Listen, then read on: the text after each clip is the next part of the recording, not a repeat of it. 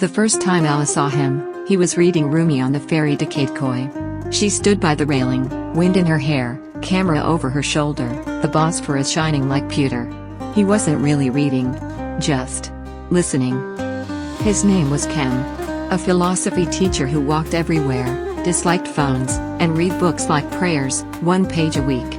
Their conversations floated between silence and poetry. No kisses. No promises.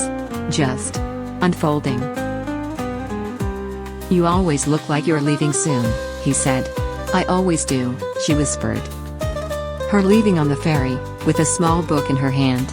Inside the book, "Come back as slowly as you left." Years later. Ferry again. He's there, but facing away.